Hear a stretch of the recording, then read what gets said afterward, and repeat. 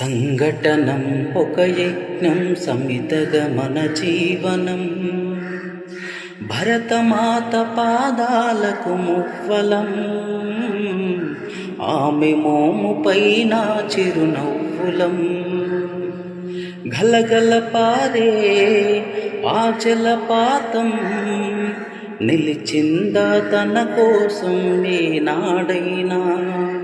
మిలమిల మెరిసే ఒక అగ్నికణం మిగిలిందా తన కోసం ఈ క్షణమైనా.